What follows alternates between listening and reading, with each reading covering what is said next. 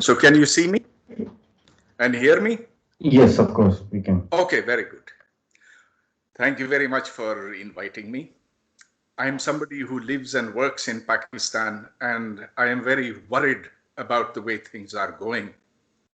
Like all of you, we want to make Pakistan a better country, and it is going in the wrong direction. The organizers have asked me to speak in English, लेकिन अगर बाद में कोई उर्दू में गुफ्तगू करना चाहे तो बखुशी मैं सवाल जवाब उसी में करना चाहूँगा. I want to make 3 points. First of all, nobody wants to live under military occupation. Today we are seeing the situation in Kashmir, where after its status has been changed by the Modi government, there have been mass protests and much worse is going to come. One feels very, very sorry for the Kashmiris because they have been denied their basic right, their right to live as they choose. And the kind of police oppression, military repression, the disappearances, the killings, the denial of basic civil rights, all this is very painful for you, for me, and for the world. Unfortunately, not for a big majority of people in India today because they are being misinformed and they are being misled by the government propaganda machinery in India. But then it is not just Kashmir. It is also in Pakistan, in Balochistan, that we see denial of basic civil liberties. So just like there is a blackout in Kashmir, there is a blackout in Balochistan. We don't know what is going on there, and we as Pakistanis have a right to know what is going there. This is a place where our newspapers, our journalists are not allowed access. Like in Kashmir, people disappear. And in the Supreme Court of Pakistan, there are cases for thousands of those who have disappeared in Balochistan. But this is very, very sad.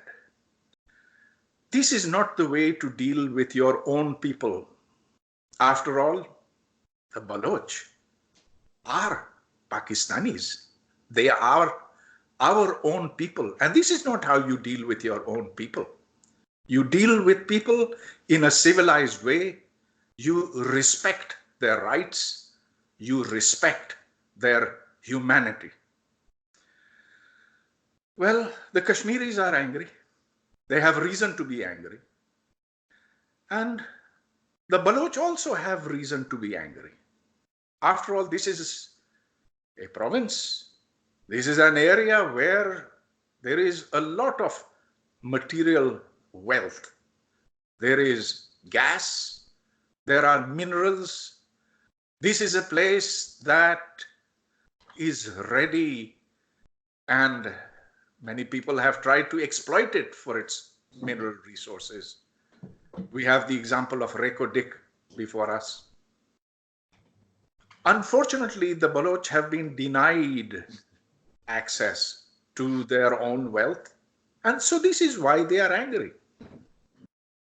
It is for the people of Punjab to listen to what the Baloch have to say, because if they don't listen, then things will never get better. I and you, I think, have nothing against the people of anywhere, not of Punjab, not of KPK, not of Sindh, not of anywhere. But everybody wants justice. Everybody wants control over their own resources, control over their own destiny. And so this is a natural right of people. It is not something that is being asked as a favor, this is a right. Now, just like it was wrong to kill Burhan Wani in Kashmir, it was wrong to kill Akbar Bukti. It was wrong. It is through negotiation, it is through talking, it is through face-to-face interaction that all conflicts ought to be resolved. And of course, it is not just Balochistan. Today we see something so utterly unfortunate, that which is happening with the Pakhtun Tahaffuz Mahas, PTM. What is it that Manzoor Pashtun and Mohsin Dawar and Ali Wazir are asking for that they have been silenced? Just removal of landmines, just restoration of dignity. And so if the establishment, the Pakistani establishment, cannot listen to them, and they have not picked up arms, then it is risking itself. It is not a good thing for them to do. It goes against the whole idea of human justice. So that was my first point. My second point is about the use of violence. It is wrong for states to use violence. Wrong in Kashmir, wrong in Balochistan, wrong in KPK. Violence should never be used. But it's not just for states. It is also resistance movements, which should be very, very cautious in the use of violence, and which should never, never use violence indiscriminately. I say this both on moral grounds as well as on pragmatic grounds. Look what happened in Kashmir. When the Kashmiris, and they have very good reason to fight against the Indians, but when they started killing Hindu Pandits in the valley, they lost legitimacy. Why? Because they were targeting not individuals, but a whole group. They were targeting people because of their religion. So you see that when you start targeting people as a group, then the moral high ground is lost. And so it should never be the case that the Baloch resistance, which has good reason for its opposition and for being angry at Pakistan, but it should never target Punjabis or Sindhis or Pashtuns or anybody else just because they happen to belong to a different ethnic group. That is morally wrong. It loses the moral high ground, and it is ultimately going to be a cause of defeat. I mean, look at the Palestinians. They have fought so bravely, but they made mistakes. They made mistakes by, again, falling into this trap. And so the Israelis could say, oh, they are terrorists, when in fact, their moral cause was a very just one. And finally, I will make my third point, and then we can have a discussion. My third point is that always there are external forces. There are countries which want to take advantage of other countries. And in this process, a resistance movement has to be very careful. Look at what happened to the Kashmiris. We Pakistanis decided to supply them not with just political, moral, and diplomatic support, but also with weapons and training. And we did this for 20 years, 30 years. And so the Indians could tell the world, oh, what is happening in Kashmir is because of Pakistan. And they could give proof of that. And so today what happens is that when we take the Kashmir cause to the United Nations, nobody listens to Pakistan. Today, look at Saudi Arabia, UAE, Arab countries, America, Russia, except for China, which has its own reasons. Nobody is with us because they have said that the Kashmiris are terrorists and that they were helped by Pakistan. This is a mistake that the Baloch resistance should not make. We know that India has a declared policy to hurt Pakistan. India has its own reasons for wanting to hit out at Pakistan. But let us not fall into that trap. In conclusion, what I will say is that the Baloch, the Pathans, all have their own reasons and good reasons to fight for their rights. But that fight must be principled. It must be moral. It should never lose the high ground of morality. And so over time, that is something that will win. And if I let me give you a little bit of proof. Look today at the protests that are happening in the world, in Hong Kong. There are 500,000 protesters in Hong Kong at this moment, probably at the airport. What are they fighting for? Their rights, for justice. And yet they are completely peaceful. When there was a little bit of violence at the Hong Kong airport, they got down on their knees and they asked for forgiveness. And so today China cannot say that they are agents of someone. It cannot crack down upon them. It has to respect them, even though it does not want to. Or look at Scotland. Scotland wants, at least a part of Scotland, wants to break off from the UK. But they don't resort to violence. They don't take help from external powers. They have their legitimacy. And if a sufficient number of people in Scotland someday want to separate from UK, well, that's their business. So I will end here.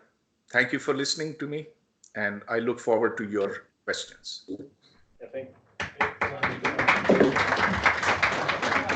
Thank you, Mr. Parvez. Now we goes to the audience. Any questions? Sai Parvez साहब सलाम, मैं शहीद जावेद भुट्टो का 78 से दोस्त हूँ और आपसे मेरी सलाम दुआ उनकी शहादत पे जुलेखा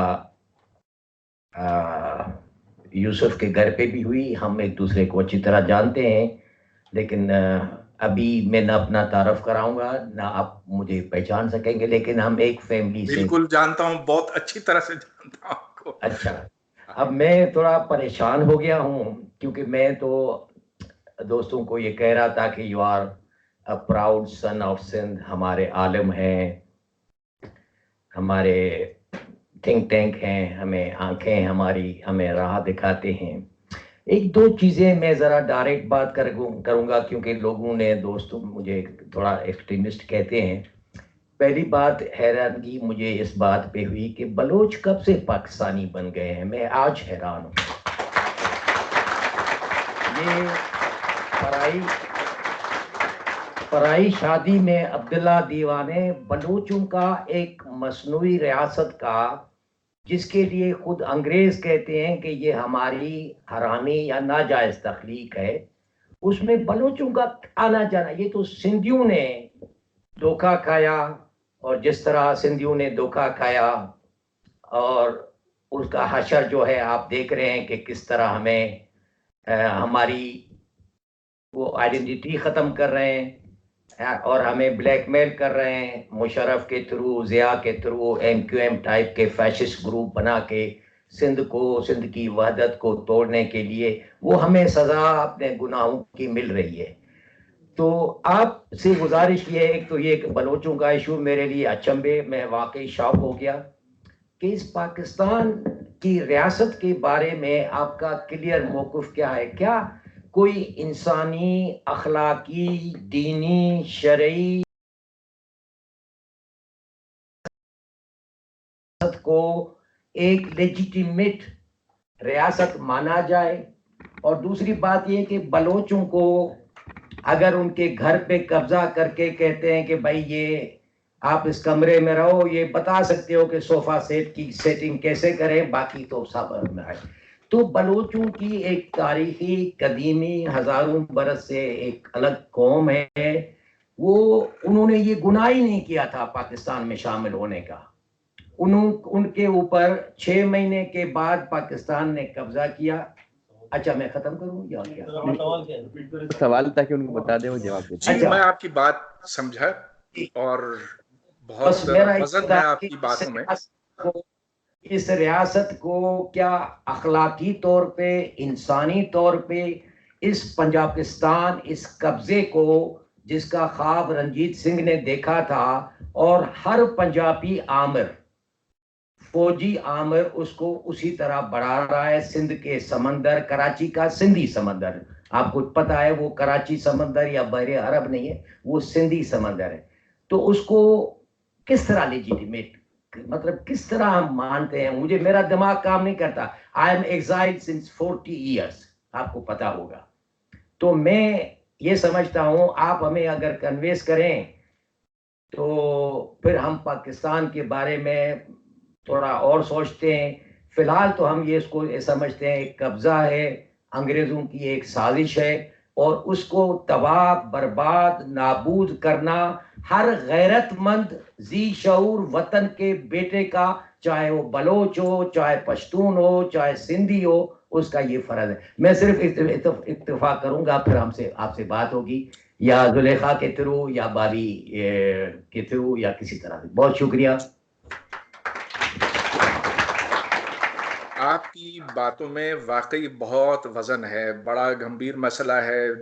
اگر ہم پیچھے چلیں تو پاکستان کے بننے کے وقت تو صرف ایک سوچ تھی نا قائد اعظم والی، کہ ادھر صرف 2 قومیں بستی ہیں، کہ ایک طرف ہندو ہیں، دوسری طرف مسلمان ہیں، اور سارے مسلمان ایک ہیں، ان میں کوئی فرق نہیں، ان کا ایک ہی کلچر ہے. تو خیر یہ بات تو بالکل ہی غلط ثابت ہوئی. مشرقی پاکستان نے اس کو غلط ثابت کیا، اور شاید تاریخ، شاید آنے والا وقت یہ بھی غلط ثابت کرے کہ جو پاکستان ہے وہ ایک نہیں ہے. لیکن میں اس لیے کہہ رہا ہوں کہ بلوچستان اس وقت تو قانونی طور پر، یعنی دنیا کا جو قانون ہے اس کے مطابق وہ پاکستان کا حصہ ہے. ہونا چاہیے کہ نہیں ہونا چاہیے ایک علیحدہ بات ہے، اس پر ضرور بحث ہو سکتی ہے، صحت مند بحث ہو سکتی ہے، لیکن زور زبردستی وہ آج پاکستان کا حصہ ہے، اور یہ بات تو ہمیں ماننی پڑے گی. لیکن میں صرف یہ عرض کر رہا تھا کہ اس کا جو بھی آخر مستقبل ہو، سیاسی مستقبل ہو، ہمیں اس بات پر اصرار کرنا چاہیے کہ ادھر کے لوگوں کے حقوق کی پامالی نہ کی جائے، کہ ادھر جو اس وقت لوگوں کو اٹھا کر غائب کر دیا جاتا ہے یہ ایک بڑا دھبا ہے، یہ ایک انسانوں کے خلاف جرم ہے. سیاسی مستقبل یہ میں نہیں طے کر سکتا، یہ آپ نہیں طے کر سکتے، یہ بلوچستان کے لوگوں کو طے کرنا ہوگا، ان کو آواز دینی ہوگی. وہاں پر ایک سیاسی عمل جب شروع ہوگا، جب لوگ اپنی رائے کا اظہار کر سکیں گے، تب یہ مسائل حل ہوں گے. اور یہ صرف بلوچستان کا مسئلہ نہیں ہے، گلگت بلتستان کا بھی ہے، ان کی بھی شکایات ہیں، ان کی بات بھی سننی ہوگی. تو پاکستان کے تمام لوگوں کی بات سننی ہوگی. اور میری گزارش पाकिस्तान की इस्टेब्लिशमेंट से ये है कि वो कान खोल कर सुने. Thank you, sir. We will move to the next question.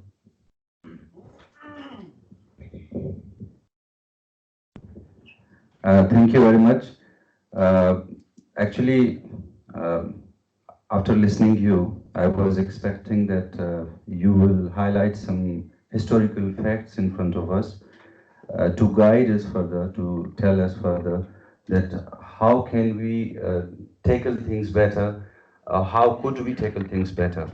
But the way you told about misled the audience with the historical facts and called Balochistan a part of Pakistan. That will be a repetition of Mir Salim Sanai. I would not do that. But as you said, the human rights violations, you talked about the human rights violations in Balochistan. To clarify it, we don't call it a human rights crisis. We call it a freedom struggle. We have only one relation with Pakistan, that is the Qabas and Maqboos, occupied and occupiers. That is the only relation. That is the only relation we have with Pakistan, and I was expecting that you would talk about the same relation we have with that, because that is the historical fact, and we expect from a scholar like you, from an educated person like you, that you would not mislead the audience like that. Thank you very much. It is not for me to tell you about the history of Balochistan. There are different versions. There is certainly a situation where troops had to be used very early, 1947 or 48. Mr. Jinnah moved against the Khan of Kalat. We know that. We know that Balochistan did not willingly become a part of Pakistan. But those are things that you already know. Why should I tell you again? What I am saying over here is that human rights come first. The struggle has always got to be a moral struggle.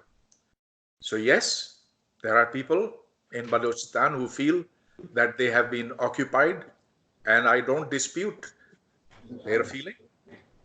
But I said what I said, and I have no regrets.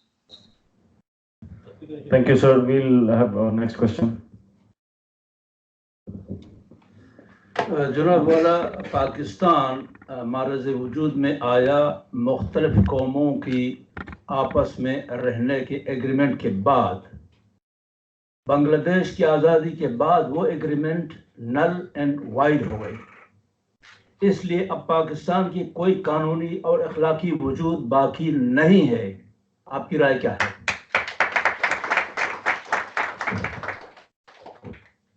मेरा ख्याल है कि जो दो कौमी नजरिया था गलत था. उसका सबूत, उसका मुंह बोलता सबूत, जैसा कि आपने फरमाया, मशरकी पाकिस्तान की अलहदगी है. और आज दो कौमी नजरिए की कोई वक़्त नहीं, लिहाजा आज हम उसकी तरफ अपील कर ही नहीं सकते. लेकिन ये एक हकीकत है कि आज पाकिस्तान बतौर एक रियासत वजूद रखता है. मुस्तकबिल में इसकी क्या शक्ल व सूरत होती है, ये उधर ही के लोगों को तय करना चाहिए. वो जिस सिमत जाना चाहें, ये उनका हक बनता है. और जब तक जमहूरी तौर पर उन्हें आज़ादी या इजहार न दिया गया, तो उस वक्त तक इसकी लेजिटिमेसी पे आप जरूर उंगली उठा सकते हैं. तो मेरे नजदीक सबसे अहम बात यह है कि उधर आज़ादी फिक्र, आज़ादी इजहार बहाल किया जाए. Thank you. We have one more question. Hello, sir. My question, I don't have a question really, but the fact is you have, I think, distorted the facts. And the second thing is the agenda was the Punjabi dominance, I think, and you just talked against it. And my question is, you talked about Kashmir. Well, that was not our agenda. And Kashmir is very highly coveraged by the international and national media. When a stone hit a child of a Kashmiri, it is shown all across your country, Pakistan, all across the globe. Okay, and we are killed, jumped, everything. The child is missing for years, he's killed. And his mother, after 15 years, she's still in camp. Her child is dead, dumped, but our mother is still in camp waiting for her son. You people even don't inform us that her child or his or her son is tortured and killed. His mutilated body is decomposed, but we don't even know our child is killed or either missing. Okay. And the second thing, you talked about Hong Kong, you talked about Scotland, you talked about Ireland. Excuse me, sir. You just check the facts. We are living in 16th century, and they are well developed, well educated. Even Kashmir are well educated than us.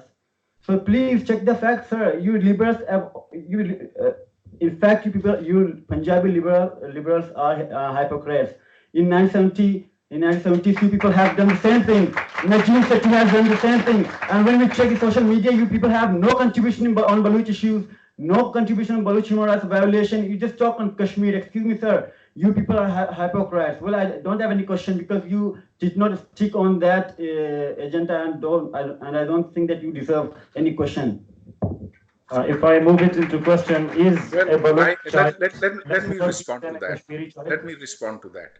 Yeah. The reason I brought up Kashmir was because all of Pakistan is talking about Kashmir, whereas I insist that they should talk about Balochistan as well. Because what is going on in Kashmir is also going on in Balochistan. That is why I brought this up. So you should have listened a little carefully before raising your finger at me. Secondly, I was one of the very few people who marched with Mama Qadir in Islamabad. I am so sorry that only maybe 300 people walked with him. And I consider it absolutely shameful how Punjabis have looked at Balochistan. And I am very unhappy that so few people in Pakistan have understood the need to support the Baloch. I am fully in support of their legitimate rights. I am not in favor of violence because I think that violence, indiscriminate violence, harms a movement, harms its legitimacy. I hope you understand this point and will not needlessly make an accusation which has no basis. Thank you, sir. Now we have another question. Parvez साहब, मेरा simple सवाल है आपसे बिलखुसूस media के हवाले से। Pakistani media बिलखुसूस उन पाकिस्तानी लोगों के किरदार को आप किस तनाजुर से देखते हैं जो कश्मीर के मसले पर हर रोज़ चीखते हैं, लेकिन बलूचिस्तान में बलोचों पर और KPK में पश्तूनों पर, और बिलखुसूस पश्तूनों के 2 सिटिंग MNA जो अभी तक जेल में हैं, उन पर पाकिस्तानी रियासत की बलोच नस्लकुशी, पाकिस्तानी मीडिया और सो कॉल्ड लिबरल्स के किरदार को आप किस तरह देखते हैं? वो बलोच मसले को दबाते हैं और कश्मीरियों के मसले पर हर रोज़ चीखते हैं। क्या ये मीडिया की मुनाफिकत है या रियासत की प्रेशर है? इस पर आप अगर कुछ कहना चाहते तो मेरा सवाल यही है। मेहरबानी सर। जी बिल्कुल सही कहा, बहुत अच्छा कहा आपने।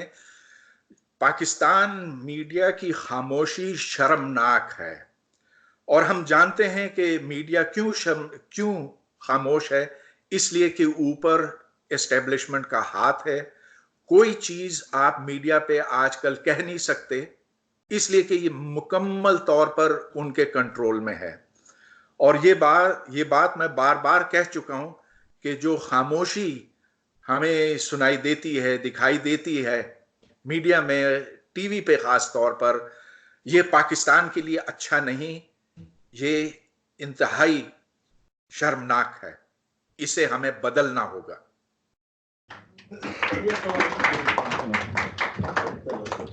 Thank you, sir. We have one last question. Sir, my question is, sir, Pakistan کو معرض وجود میں آتے ہوئے 70 سے زیادہ سال ہو گئے ہیں. تو پاکستان بلوچوں نے پاکستان کا ہر چہرہ دیکھ لیا ہے اسمبلیز میں جا کے یا کچھ اور طریقے سے، لیکن اس نے ان سارے سالوں میں یہ ثابت کر دیا ہے کہ وہ ایک قابض ریاست ہے. تو کیا آپ اس کو آزاد بلوچستان کو سپورٹ کریں گے کہ نہیں؟ یہ میرا آپ سے یہ سوال ہے. کس چیز کو سپورٹ؟ آزاد بلوچستان. کہ جس طرح، کیونکہ اب اگر ایک پاکستان تو انڈیا سے الگ ہو گیا ہے نا، تو اگر ایک بلوچستان تو اس پہ پاکستان نے قبضہ کیا ہے، تو ایک انسانی حقوق کے کارکن کے ناطے سے اور وہاں بلوچوں پہ جو ظلم و جبر کو دیکھتے ہوئے، ان کو سمجھتے ہوئے، تو کیا آپ نہیں چاہتے کہ پاکستان کو جو اپنا فورسز ہے وہ بلوچستان سے نکالنے چاہیے؟ بلوچستان سے پاکستان کی فوج فی الفور واپس لانی چاہیے. فوج کو کوئی حق نہیں پہنچتا کہ وہ زور زبردستی اپنے آپ کو اوروں کے اوپر مسلط کرے. تو جس طرح سے میں یہ چاہتا ہوں کہ ہندوستان کی فوج کشمیر سے واپس جائے، میں یہ چاہتا ہوں کہ پاکستان کی فوج بلوچستان سے واپس جائے. سر، میرا مقصد پرٹیکولرلی فوج سے نہیں تھا، بلکہ ریاست پاکستان سے تھا. وہی ہمیں چھوڑ کے ریاست پاکستان میں کون ہوں؟ یہ تو آپ لوگوں کو طے کرنا ہے، یہ تو بلوچوں کو طے کرنا ہے کہ وہ پاکستان کا حصہ رہنا چاہتے ہیں کہ نہیں. اگر پاکستان کی اسٹیبلشمنٹ نے یہی رویہ اختیار کیا جو ماضی کے 10-70 سال رہا ہے، تو یہ بات پھر دنیا سمجھے گی کہ آخر یہ لوگ علیحدگی کیوں چاہتے ہیں. لیکن اگر اسٹیبلشمنٹ اپنا رویہ بدلنا چاہے، اگر پاکستان میں حقیقی جمہوریت آتی ہے، تو میں سمجھتا ہوں کہ بہتر ہوگا ہر ایک کے لیے کہ یہ ایک ملک رہے. Thank you, Dr. Saab. Thanks for joining us. And what you heard from the audience were the feelings, because they are the direct affected people. Every one of us sitting here, they know what is how it feels when somebody lost a family member. So we appreciate the way you came and talked to us, and our feelings, they were from our heart. So I understand that. I appreciate it, and I have respect for all of you. Thank you, sir. Thank you.